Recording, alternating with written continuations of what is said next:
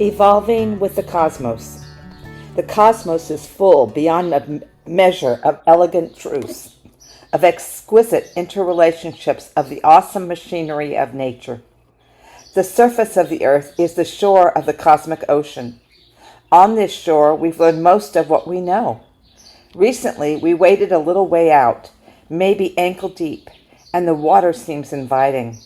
Some part of our being knows this is where we came from. We long to return, and we can, because the cosmos is also within us. We're made of the star stuff. We are a way for the cosmos to know itself. Carl Sagan. Okay. Thank you so much, Diana. Welcome, everyone, to Gems from the Wisdom Traditions, a conversation circle sponsored here every Saturday by Still and Moving Center. Our topic this week is from our Still and Moving Center Almanac, Fire, Pa Mahina in Hawaiian. This is a topic that is even more relevant than I realized when assigning it to this week of the year. First of all, we're meeting here on Valentine's Day, and I see so many of us are dressed in red. And there's something, I think, from that romantic tradition that has to do with the fire of the heart that we celebrate on Valentine's Day. We also, from the different Asian traditions, are this week going into the week of the year of the fire horse. So that's from the Chinese astrology that we get that tradition. And tomorrow is a very auspicious day in India called Maha Shivaratri. And this is a day devoted to Lord Shiva, who, as one of the Trimurti, one of the three deities in the Hindu pantheon, would be the one associated with destruction for the sake of regeneration. I think on Maha Shivaratri, which means the great, Maha great, we're looking at something even better than, bigger than that. It's something probably that encompasses forces of creation and sustaining, preservation as well. I'm very pleased to be sitting next to somebody who was named after Shiva. His name is Shankar. And this is our son, Shankar Tillotson. And he is a firefighter. And if I'm not mistaken, he has a fire emblazoned on his elbow, which is very reminiscent of the fire that surrounds Shiva Nataraj, the dancing Lord Shiva, with the flames of conflagration around him.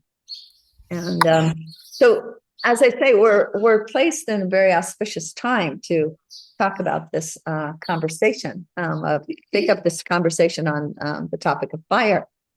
And I just wanted to mention, maybe Shankar, a few. We have not at all practiced. Shankar's been ideating on fire. He's been a firefighter for 20 years.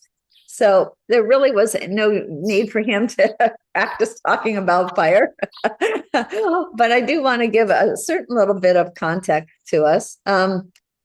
Sometimes when we are talking about fire, we are talking about the fire of the mind. And from another tradition, the Greek tradition, we have the great hero Prometheus, who stole fire from the gods.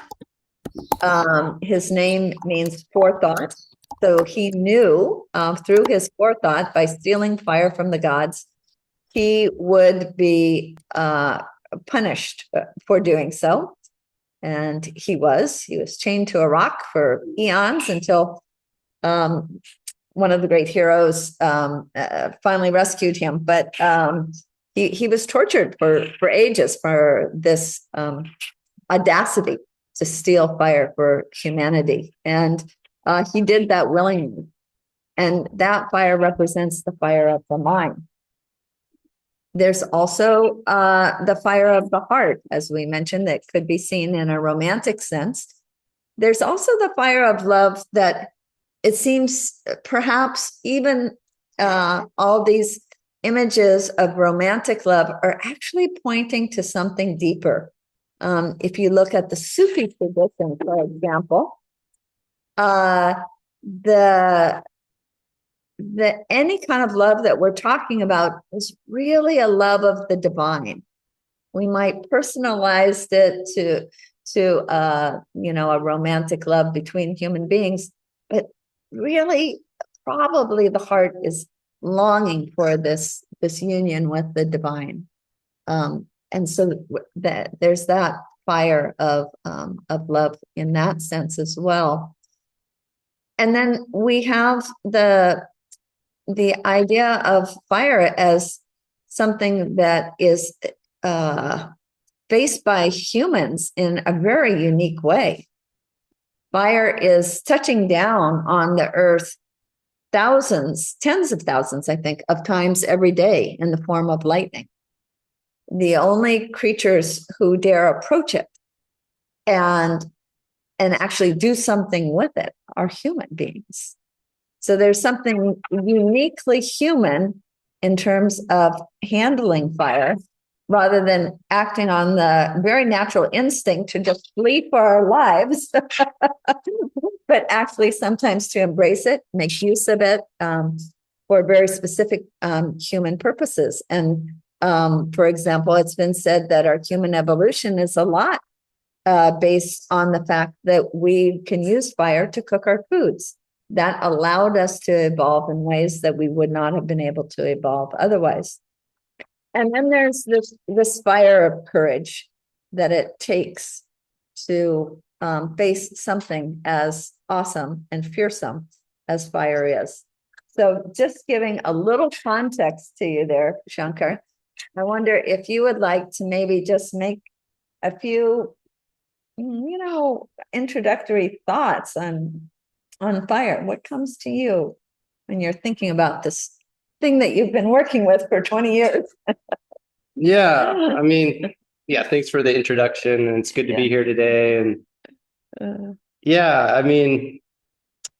I think when I was looking for my path or my dharma, I wanted something that was going to be exciting and something that would put me in service of others. And I didn't know exactly where that would land me. I think growing up, I was thinking like a special forces military kind of route. And as time went on and I got maturity and a bigger world picture, I wanted to do something that made a difference, that was totally engaging and had structure to it. And that was highly exciting because I needed an outlet when I was in my early 20s for all the energy I had. So I put the military to the side, and then I was going to the community college to take fire science classes there. And they started talking about the different avenues on how to get into firefighting. I was around 19 or 20 years old at that time. And my teacher explained the different avenues on how to get a job being a firefighter. And one of the things that he said, one of the avenues was being, it's called a hot shot, which is essentially one of the more elite, or probably the most elite besides smoke jumpers, the guys that jump out of airplanes that go and fight the biggest fires or conflagrations all over the whole country. So I signed up to do it, and I remember walking up to their headquarters, and the guy that opened the door pretty much filled up the whole door. He was so big, and he had like hair down to his shoulders and a big beard. And he didn't even invite me in. He just said, "Did you bring your running shoes?" And I was like, "Oh yeah." Thankfully I did, and I went and got them. And so the fire service, from like my very first impression, it was a challenge. It was like, are you prepared? Are you a warrior? Are you willing to do whatever it takes? Kind of, it was like, so they closed the door, and they took me on a long run to see if I would break off on the run. And I hung in there, and then they took me and put me through as many push-ups, pull-ups, and sit-ups as my body could handle before failure, and see how I would tolerate that. And I did okay enough to get offered the job at 20 years old, and with no idea really what I was getting into. But yeah, that's kind of like where it started, at least. Mhm. And that idea of saving lives, I think, is something that really appealed to you. Yeah, I mean, it was more being in service of others and saving lives than taking them, but also getting some excitement and that camaraderie that comes with being sharing hardship with people. I think that there's I can't think of a whole lot of better ways to really pull together people than working as a team and solving problems and going through hardship over a prolonged period of time.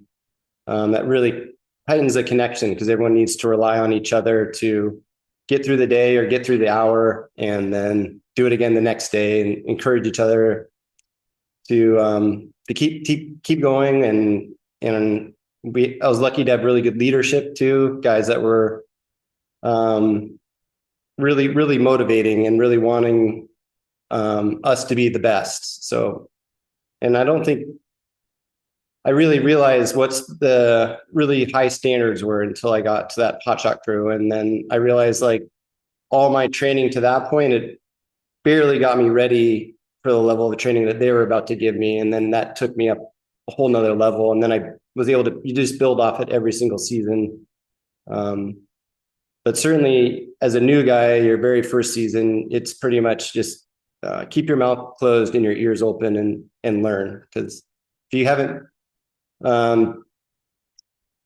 my boss would call it, you get battle hardened after you go on these series of fires over seasons, and just you just get tougher, and your body gets more used to it, because you work 16 to 24 hours straight with like a 50 pound pack right next to the fire's edge, the steepest terrain.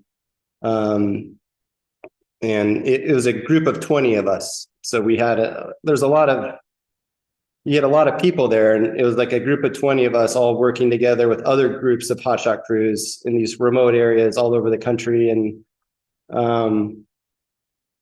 And really doing our best to, like, our job was more perimeter control, but just to keep the fire small. And then also we would sometimes have to save communities as well by, like, either prepping around them with our chainsaws and cutting big fuel breaks, or cutting a fuel break and then actually putting fire on the ground ourselves when we had favorable wind to blow the fire we lit back into the main fire. So all that was consumed before it hit a town or any kind of populated area. So literally fighting fire with fire. Yeah, sometimes the most effective way to fight fire is with fire, but it has to be it's called controlled fire, because as soon as you lose control, even if we lose control of it, then it's a wildfire again. And so it's a lot of the jobs is just really hard manual labor. But when you're actually doing a backfire, when you're putting fire on the ground, everything has to be very methodical and almost scientific with our weather and our wind patterns, and our start point and our end point, where we want the fire to start and end, and what our total overall mission is. So that you have to do a lot of briefings, a lot of prep work, and then also wait for that perfect window in time where you're going to have the best shot at controlling the fire. I understand that some of the native peoples, and I know about this, as the indigenous cultures of California, for example, the tribes in Yosemite were very accustomed to setting control burns themselves. Mm-hmm. And do you think we've learned something from those people? Yeah, absolutely. I think,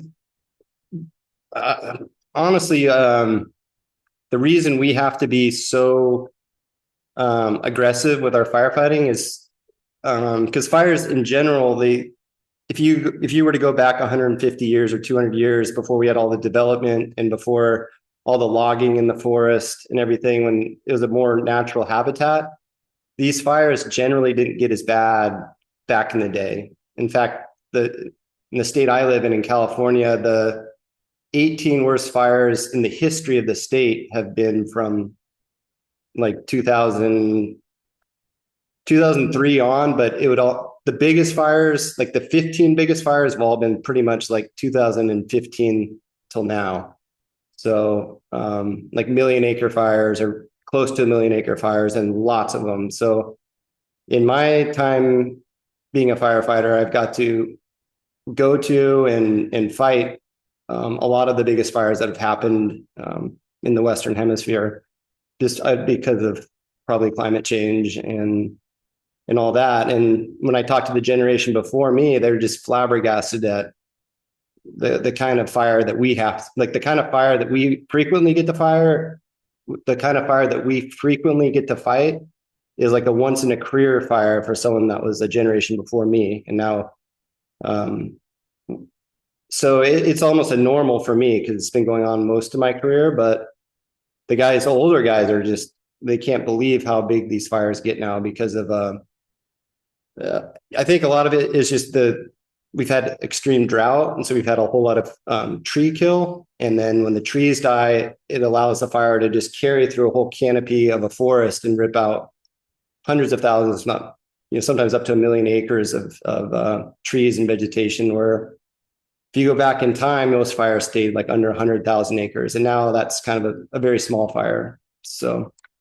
And also, I think what I understand is that there was a natural burning of the understory that would, and the native tribes could make sure that this happened, so that we wouldn't be creating as much fuel growing to cause these huge conflagrations. Yeah. So when we aggressively fight the fire, what nature would have done on its own is clean out the understory so the fire didn't get up in the top of the trees and the canopy and then keep moving.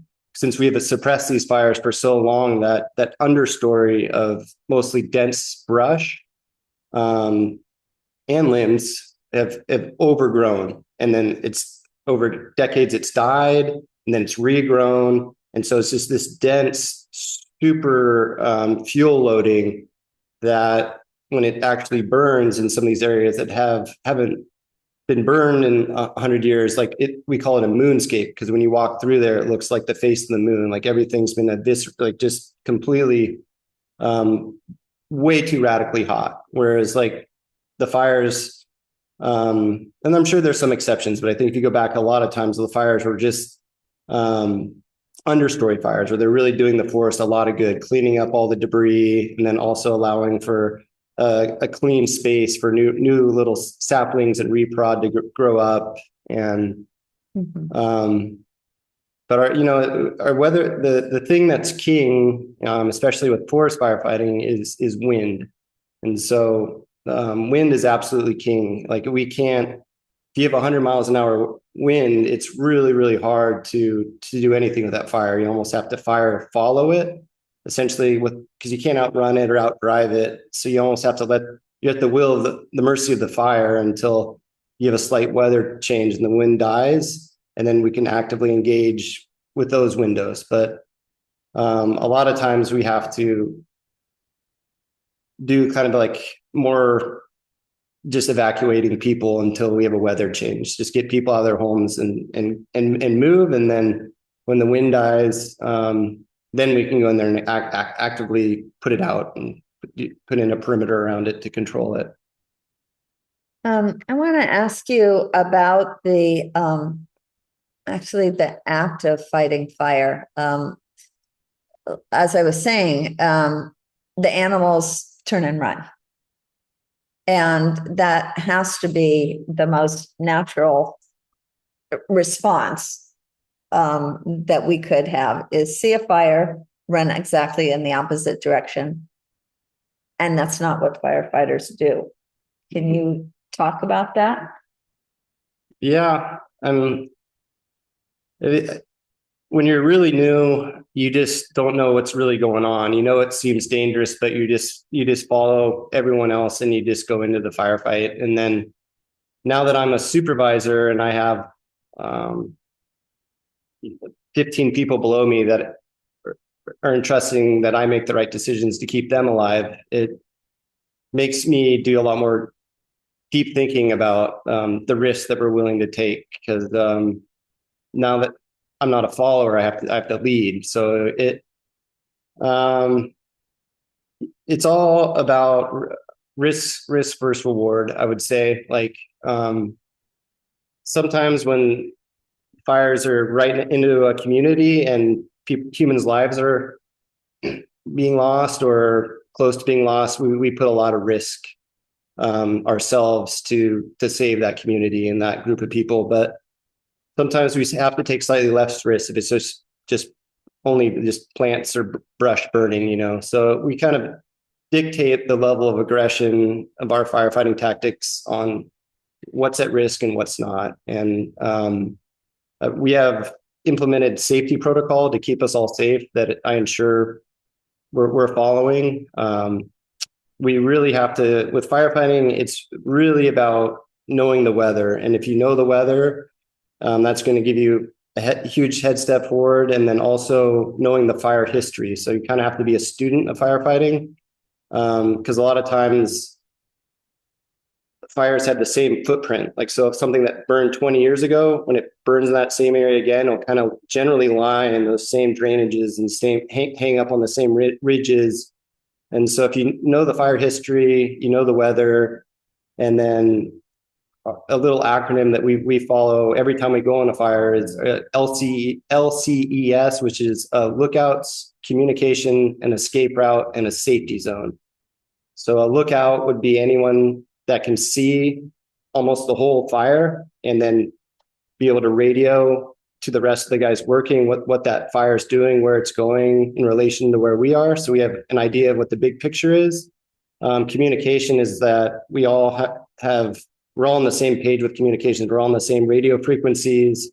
We're able to use our radios effectively to communicate and just talk to each other.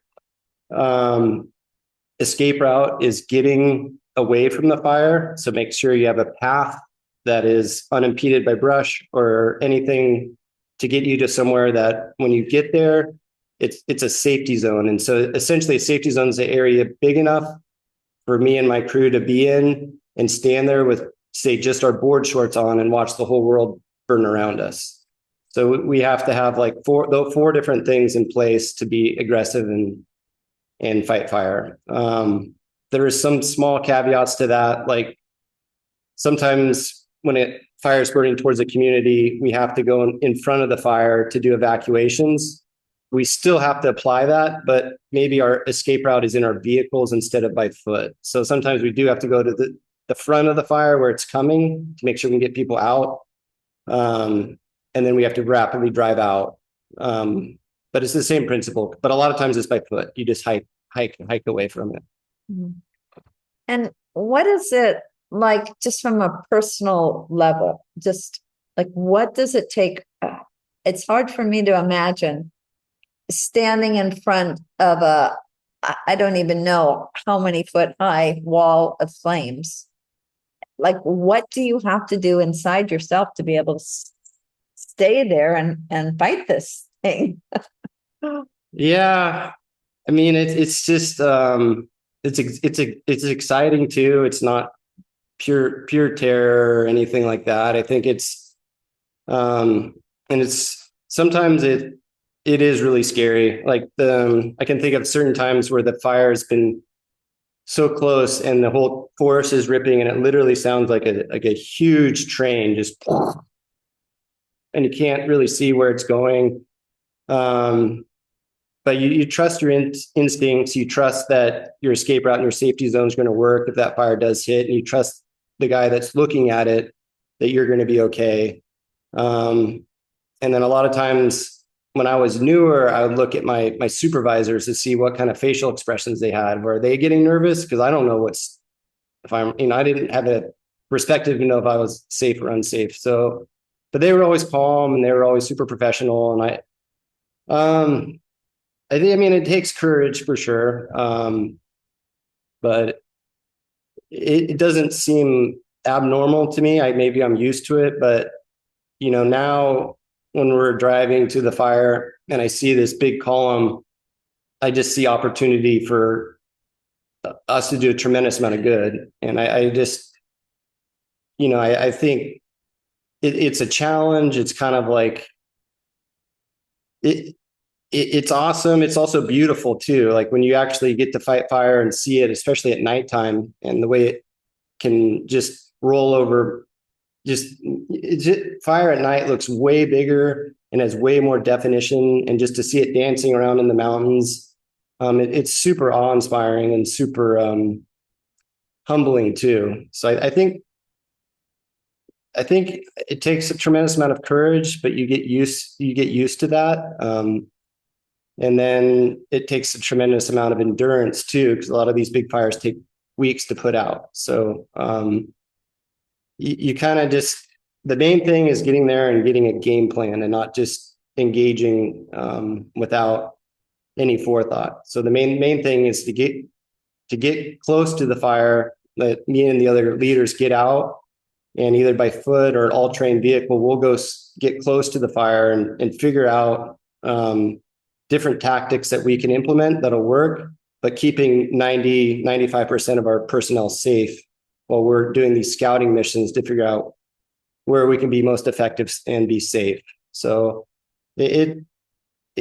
forest, I do both. I do like structural firefighting. I'm used to that as well, but right now I'm mostly just forest firefighting. So I'm going to talk more about forest firefighting. They're very different. Like a house fire, you drive as fast as you absolutely can. As soon as the parking brake goes, you sprint out of the engine, grab hose, kick the door down, and sprint inside the building and try to put the fire out before it spreads around the house. Whereas forest firefighting, it's different. You got to go. You don't drive super fast because the fire's going to still be there when you get there. So you just drive kind of somewhat quicker than normal, but not crazy fast. And then when you get there, it's almost like a timeout. All the worker bees, you guys stay in this safety zone. Then all of us, there's like myself and 4 other supervisors will go out and come up with a game plan. And coming up with a game plan might take 2 days sometimes. When a fire is really, really active and running and doing crazy things, like we might not find a tow holder or somewhere to engage for a day or two. We're just scouting and hiking, trying to find somewhere that we can actually get to work without getting our guys burned. So fire definitely teaches you patience. And I don't know. I think it's like, I look forward to it, to be honest. In the summer, when we get to go to these big fires, it call me crazy and I miss my family a lot, but it is really exciting as well. And it is really cool to,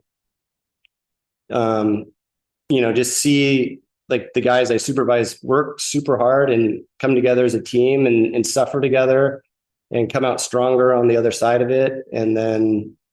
And we're well received by the public too. Generally, when we're leaving these fires or going to them, everyone's waving and saying hi, and that's encouraging as well. So you definitely don't feel. You definitely feel the love doing it, but yeah, I don't know. Okay, thank you. I have one more question, then we're going to open it up for everybody. First of all, in regard to so many of the things you said, it seems to require a tremendous amount of discipline. And by using the mind, slowing down, making all these protocol steps, it seems to like decrease the tendency for the emotions to get, all, a flutter and for fear to take over. Yeah. You're able to settle that. I've heard that sometimes people have the sense of fire being alive or like having a certain intelligence outsmarting you or something. Have you ever had that sense? Is that something you've experienced? I mean, yeah, I mean, every fire is different, and so some are somewhat forgettable, and then other ones you just can't forget because of how dramatic it was. But yeah, I mean, I'm just trying to think of trying to think. Probably the most dramatic fire I was on was one down in Ventura, actually, close to home. It's called the Thomas Fire. And I just remember driving from Santa Barbara down to Ventura. And when we got to Ventura, the hillside above the city of Ventura had 500-foot flame links on it. And then the wind just blew it down. It was probably blowing 85, 90 miles an hour straight down. It's called a sundowner wind. And then right into the community. But right before that, the guy who's in charge, the incident commander, is like, we're going to be going big box on this one, meaning we're not going to contain this thing small. It's going to go big, and we need to plan accordingly and expand out. And but that was probably the most prolonged firefight. I think we fought fire for 3 days straight without sleep, and then we were able to bed down for 24 hours. And but that fire tricked us in every different kind of way, and we got to fight fire in every different kind of. Right next to homes, in remote areas, in drainages, on ridge tops, in timber, but also in brush. It kind of threw a little bit of everything at it. Structure firefighting, doing rescues of people in their houses, and then also doing perimeter control, like cutting the brush away from it. Whereas some fires you only get to do certain select things on them, like just perimeter control. This one we got to do the whole gamut of every single tactic, and then have actually pretty good results too. So it was pretty satisfying. Okay, well, thank you so much. Wow. For those of you who might have joined us a little late, I was mentioning that this topic of fire is one that touches on our Valentine's theme. There's the fire of the heart. It also touches on the fact that it will be the year of the fire horse, starting sometime later this week. From the Indian perspective or Hindu perspective, Mahashivaratri, Shiva surrounded by flames, is going to be celebrated tomorrow night. And so there's a certain timeliness to this idea of fire. There's the Hawaiian name for fire is Tamahina, and we haven't even gone into that at all. And for that, we have the goddess Pele, who's the volcano or lava goddess, and certainly she's involved with fire as well. So there are many perspectives in regard to fire that we could take up as we're talking today. And Shankar is just valiantly representing for us the firefighting tradition. So, yeah, so I think, Diana, I saw your hand up. I thank you for your service and for what you do. I really honor that. My question actually was, how do you deal with your fear? And you really answered that really well. And how you work with fire is like how we can work with fire in our life. Make a plan. You just don't run in. We have a safety zone, or we have an exit plan. My question is, when you go 3 days straight without sleep in 50 pounds of whatever and all this fire, and then what do you do with yourself when it's over? How do you take that kind of energy and that kind of exhaustion, and even 24 hours? I mean, I get blown away with little things, but what do you do for your self-care and to come back into real life in or interacting with family, and I mean, it seems so dramatic, and I've seen it on television. I don't know, but it's scary for me just even watching. I just send lots of prayers, but I really honor what you're doing. But what do you do to recuperate afterwards? How do you do that?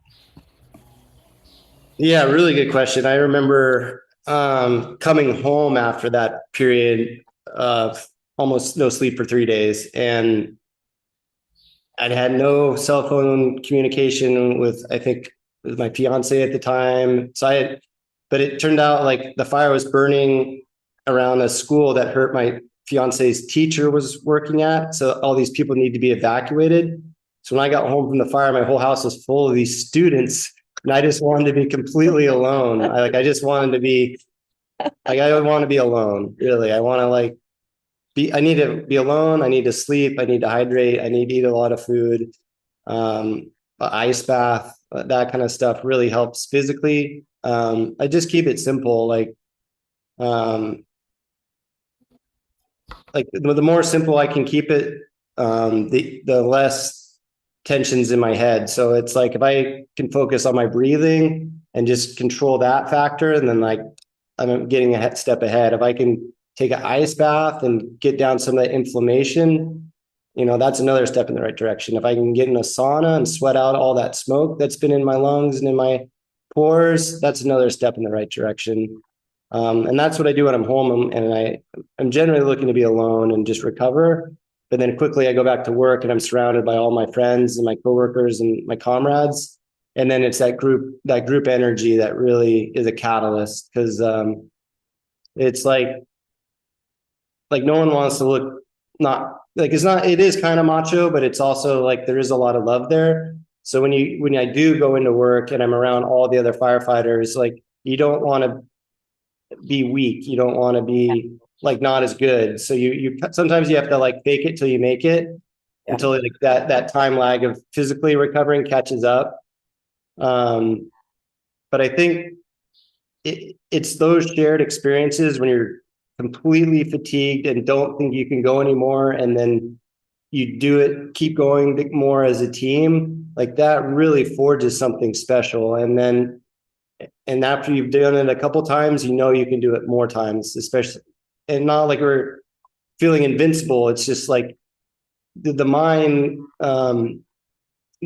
is stronger than the body. So if I can have ways to strengthen my mind, and which is a plethora of different things, but the body usually will come around. And if it doesn't, then I have to take time off work. But usually it's the mind that wants a break. And the body hurts, but the body can keep going. So, and I think it's a lot of times it's like the humor. It's like when everyone's completely exhausted and everyone's tired, and then someone says something funny, and that cheers everybody up, and that gets you through that hour. And then something else happens, or, it's just like, it's just you're never alone doing firefighting. So I think it'd be a lot harder if you were, but when you have a big group and everyone's hurting the same, you just it becomes natural to encourage each other on, when you get to know these guys so well, when you see someone's down, then people try to pick them up, and then maybe I'm down, and then they come try to pick me up. So it's just that camaraderie and that teamwork, and also it's a pride. There's a lot of pride in it. Like, this is our county, this is our state. Like, we're the ones that are supposed to be protecting it. That's what they're paying us. This is our, this is our fight to have.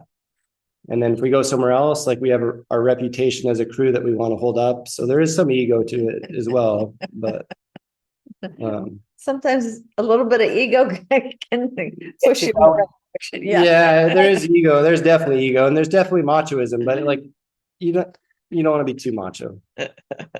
Well, thank you for your service. It really is interesting hearing from someone firsthand what that's like, and how you deal with your fear, and then looking at when we have our own fires in our lives of really depending upon those people around us, and meditation practice, or all the little things that we can do to work with our mind and our body so that we can cleanse them. But what I'm really hearing is it's the love of the people around you that really help sustain that, because you're such a cohesive group that is actually literally fight fires together. So you're very bonded. So thank you so much. Yeah, thank you for the question. Yeah.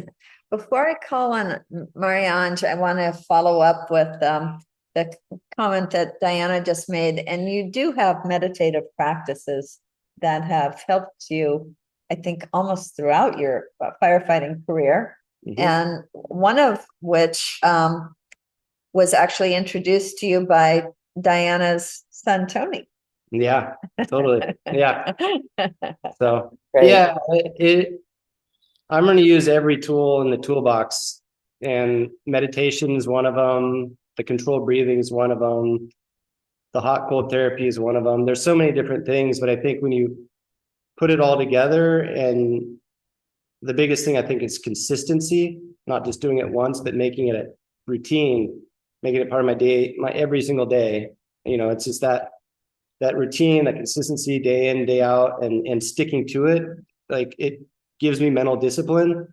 And then when I really, really need it, it's already built into my program. It's already on autopilot, because I try to do it every day. So if it's something good like that, like my control breathing, like all that stuff I just went over, I do it when I'm tired or when I have energy. So Hi, sweetheart. yeah, it's my son, Toby. Hi, Toby. Hi. He Marianne. wants to be a firefighter one day too. Oh, he drives a little fire truck. It's amazing. Marianne actually lives not too far from Santa Barbara. She's in San Luis Obispo area. Yeah, that is really, again, thank you so much for your service. It's such a, you have a lot of humility in this, and yes, thank you, because I've had friends in every one of the fires in the West Coast, and people have lost homes, and we're always vigilant. And I have friends who are actually doing this kind of fire, it's on the fire lines and doing the preventative fires. But the really core of what you said is courage, and how you practice courage, how you wake up and motivate yourself to courage. I mean, you were motivated to go to the military, perhaps, and it's something about that word and your spirit, and how you come together as a community, that really compels me to look at the qualities of the love that you have. Not only that stimulation of working with such a volatile element, but working with all the emotions that we could be put to in extreme, and yet you have courage at all these different levels, that the courage to leave your family for a moment and know that you could be worrying about them in your safety zone and not be able to get through. So I guess, how does your crew, how do they strengthen the courage and call on individual courage to bolster each other up as well when this is happening? You said humor, but it's really to consider the suffering and the danger and things like that. And I think that that's one of the qualities of Shiva as well, and some of the other protectors of this type of transformative energy. So I don't know if I often ask these meandering questions, but you have a lot of courage to show up, to leave your family, to go and face a 500, feet fire, and yet have the courage to understand it and deal with it and be there for the other people. So where does it come from inside as well, and spiritually? Well, I mean, growing up, I was kind of a troubled youth. So I didn't really I felt like I had too much energy for school, and I had all this kind of anger, and I felt like kind of a misfit growing up, like just got hard learning. I had friends, but they'd leave the school and I wouldn't have them, or they'd move away. And so I think when I finally, and I didn't have super high self-esteem, until I got to be a firefighter either. So I think like a lot of it was like my own insecurities at first. I think that just I needed something to hold on to, and to make me feel like I wasn't wasting my time or doing something foolish with my life. And it needed to be something radical. And I think once I got a taste of on the hotshot crew of like how radical and how hard it really was, it was harder and scarier than I even thought it was going to be when I signed up to do it. And then the amount of inner confidence it gave me when I went to my breaking point, and then was able to get up the next morning and do it again, and then the next day after that and do it again. It gave me this inner resolve that like you're like that quote is like the strongest steel is forged by the hottest fire. And there's something about like getting pushed beyond what I could ever imagine, like physically, and that bled into kind of emotionally. But then waking up in the morning and doing it again with encouragement of my other coworkers, that like it proved to me that I wasn't a coward when I was like 20 or 21. And I've just built off of that, because I didn't know before I started. I didn't know what kind of inner strength I had until it was really tested. And then once it was tested and tested and tested, and it keeps getting, I got 16 more years to go getting tested, but I just try to get stronger with my mind and my body and my leadership skills. And now I'm like, hopefully I'm not doing it from like shadow or like self-doubt. I'm trying to do it more from like, as a leader, and like to pass on what I have because I'm 41 to the 21-year-old that I'm supervising, like kind of have like be a mentor in a way. And but I think a lot of it was just like, maybe I didn't feel brave, and I needed to prove to myself that I was when I was 20 years old. And then through 20 years of doing it, you kind of like, you just kind of like, you've been through battles. And so, you can go to war or to battle again, and hopefully do it better and learn from a couple of mistakes. And then every year try to get better personally. And then also the people I'm around, try to get them better too, get them more training, get them on a better physical training regimen, get them learning how to stretch and heal their muscles quicker. And a lot of it's just training and getting better like every day. And yeah,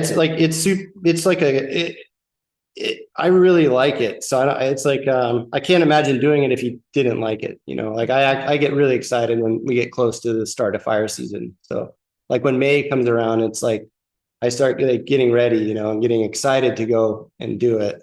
Even though I normally miss my family tremendously, but there's an excitement level to it. And it's cool to see different areas of you go to somewhere you've never even been before, and then you go and, like in the hardest fires are the ones that we talk about for years, the ones that you push you beyond your breaking point, but somehow you make it. Those are the ones that really sear into your mind, and that we all talk about. Like, do you remember when your smartwatch said you had a body battery of like 0, and then we still had to work for 16 more hours? And like, those are like become funny to us. Like, the harder it gets, the more memorable it is. And then also, it's like that rite of passage for the new guys, because they know they've been through the ringer, and now they're more veteran, and they're not a new guy anymore if they've been through really hard firefighting. So. Mhm. Thank you. I appreciate the quality of your self-reflection on that and your sharing. Appreciate it. Yeah, thanks for the Helps question. me to understand my other colleagues that are in this, and even their spouses, who I see it helps us really understand a lot more about the commitment and what you kind of look at and wonder about. So It's really revealing. Thank you.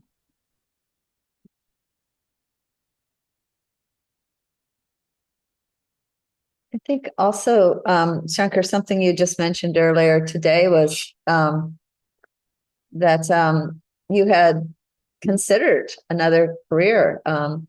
His dad told he and his brother that if they wanted to follow him in the construction world, he would be happy to teach them, but they had to start within a certain window for him to have time to pass it on to them. And so he gave that his darndest, but he couldn't even sleep at night. He was so on the wrong track in trying to do that. And so there was this deep kind of soul recognition that this is my calling. Yeah. It's like, I could obviously my dad, he's listening. I love him to death, but he runs a construction company, and there was some expectation that maybe me and my brother would run the construction company when he was ready to move on or whatever. And so I really, have a deep, profound respect for him and his line of work and everything. And so I really almost got off my path of being a firefighter to do that. And when I was really deep and thinking about changing to get out of the fire service, like there's something in my gut that was like a stabbing, like you are not doing the right thing. And I couldn't sleep. It was like 2 sleepless weeks, or like barely sleeping, because something wasn't right.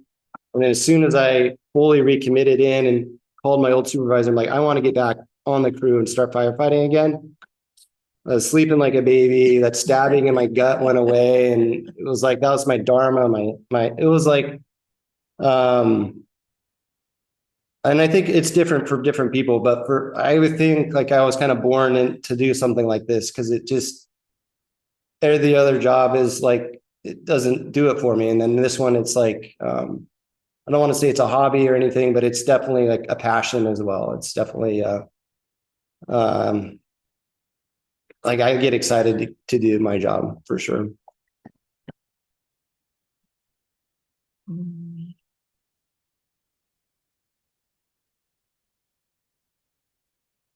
But I'll also be excited to retire. I like surfing and stuff too. It's not all consuming, but as far as like my work career life right now, I'm exceedingly grateful every day that I get to do something that challenges me and makes me want to be a better person, and also like help groom the next generation of young guys to carry the torch after my generation retires in the next 15, 20 years. We'll retire and I'll be up to the guys I'm supervising to carry the torch and to keep doing it. So it's gratifying to see the guy that comes to the crew that I'm supervising at 20, and then see the growth of that in that young man from 20 to 23, and just how much he's matured. See his confidence come, his physicality come, just everything. He's getting stronger. He's getting close friends. He's getting good experience. He's learning how to speak the language, and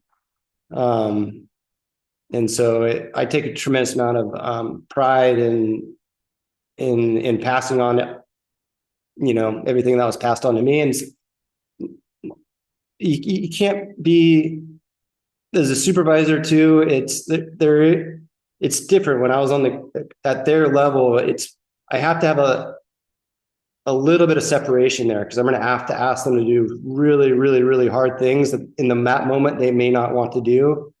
But it was the same things that were asking me when I was in my 20s, and that were forged me into the help getting stronger and better at it. So I try to treat them all equally, all with respect, but I also let them be known that it's like me and this guy Matt, we're the two bosses of our crew. We're going to push them as hard as we can, because we can't push them as hard as the Mother Nature and the fire is going to push them. Like, it's just not possible. So the harder we push them before we go to fight a fire, it's going to bring them together, because they're going to have to suffer through it together. Oh, I got blisters. Oh, here's how you help with that. Oh, I got a cramp. Here's how you help with that. I can't sleep. Oh, here, how you up with that? So they have to rely on each other to get through it. And then I think it's just keeping that torch lit, you know. It's just you have to get pumped up, and you have to be excited to do this because it takes a lot of energy. And so generally this is the time of year we kind of do all, like, we're kind of in that slow build up to when the summer starts in May. Just right now it's a lot of classroom training and physical training. And then when we get closer to the season, we just ramp up until we start going on assignments. And then we have a big celebration when the season's over.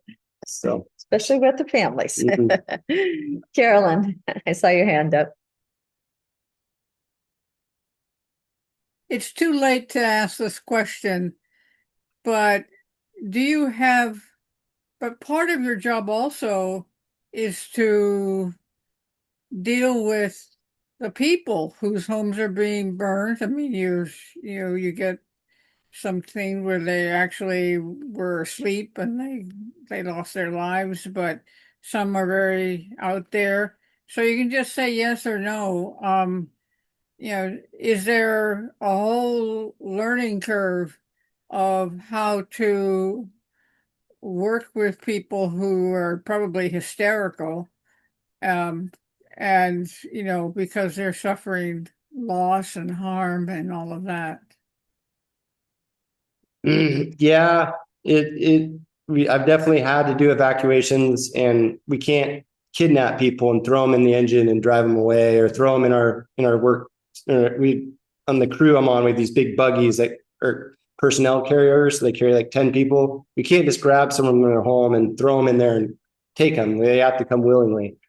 So it comes down to just people skills a lot of just being calm, cool, collected, and talking to that person, explaining them factually what's happening and what will happen if they stay, but also letting them know that they're an adult and it's their house and it's their life, and we're not going to kidnap them. But if they don't leave within the next probably 15 to 20 minutes, there's a good chance their house and they won't be around. So we're highly encouraging you to come with us and leave now. And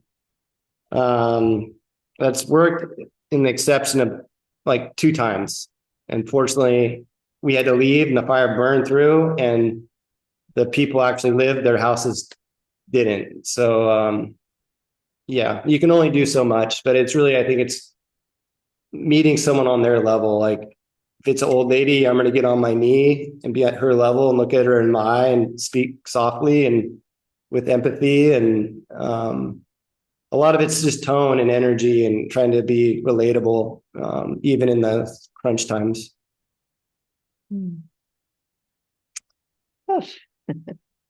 Well, Carolyn's right. We're getting really close to the end. Sandhu, did you want to mention something? Is there time for just a quick comment? Yes. I know we're almost at time. Sorry to join late. But yeah, Shankar, you were just mentioning like matching your energy with the people that you're with, and then also like handing that torch to the younger guys, and that's kind of that inner fire that's burning inside.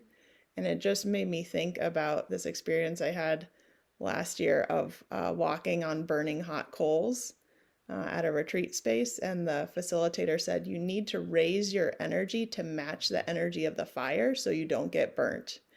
And I've experienced that to be true 2 times walking across with high energy, not getting burnt. The 3rd time someone walked across right in front of me that was very fearful, and that whole energy dropped, and I walked across and I burned my feet. And I'm just thinking about your intensity and your energy that you bring to this work, your occupation, and like how you need to match that energetic level of the fire to meet it there so that you can fight it. And then to Marianne's question earlier, like how do you like decompress afterward? Or maybe that was Diana's question. How do you decompress afterwards? And I'm just thinking about the balance of the fire element and the water element, and how you do those cold plunges and then you go surfing. And so just to really balance out fire with water and to bring your energy back down so you can be in your family life and in your regular life, and then you amp it back up before the season. It's fascinating how you work with the elements and the energies. So thank you for everything that you do. That was a really wonderful closing comment. Yeah. Thank you so much. No, yeah, that's all true. Yeah. Yeah, I don't really, that was really well worded. And I think it's, you know, just I'm trying to burn as bright as I can, and, and also fire teaches great amount of humility because a lot of times we're working with it a lot. It's not always just against it. So a lot of times it's such a crazy natural phenomenon that you sometimes you want to be lockstep with the fire. Like you have to anticipate what it's going to do. You can see it breathing sometimes in different areas. You can see just different. So it's really like you're living with it, and at night we're sleeping right next to it. When the smoke inversion lifts in the morning, the fire wakes up because it's like at night you have that pressure that settles the fire down a lot. And usually sometimes the fire doesn't burn as hot, but then as soon as that inversion, the smoke lifts around 10:30, 11 in the morning, it's like, okay, the fire's woken up and it's ready to go do its thing. And so, but you don't leave a lot. You fight the fire until you put like 16 hours in, then you sleep right next to it. And then you wake up and it's like you're fully immersed in it when you're doing it. So, and that helps be better at it because if you drive away and leave for a long period of time, the whole fire escape could change and everything. So it's like a lot of times you're just so immersed in it, you're dancing with it for that 2-week period. And then you go home and I ice bath and I surf and be a family man. And then you go out and the more immersed you can get in it, the better understanding you're going to have of it. It's like a dance with it. Wow. Thank you so much, Shankar. I have to leave now for another meeting, but it really has been interesting and I wish you well. Yes. Yeah, thanks for having me on. It was cool to share my insight with everybody. I want to let everyone know that next week we are going to take up the topic of the real and the unreal. And we have a professional cinematographer who is going to speak from the tradition of film. And in particular, Akira Kurosawa's film, oh gosh, it just escaped me, but it will announce it to you. But it's about how people looking at things from different perspectives have such a different point of view on what's real and what isn't. So I think that will be a fascinating conversation as well. And I think all of us are deeply indebted to you, Shankar, for showing so much heart. Now, the word courage comes from the word coeur, which is the French word for heart. So for your courage, your heart, we thank you on Valentine's Day, on the week of Mahashivaratri and the week of the fire horse for this wonderful presentation to all of us. Thank you so much. Yeah. Thank you, everybody. Happy Valentine's Day. Thank you. Bye-bye. Hallelujah. Hello.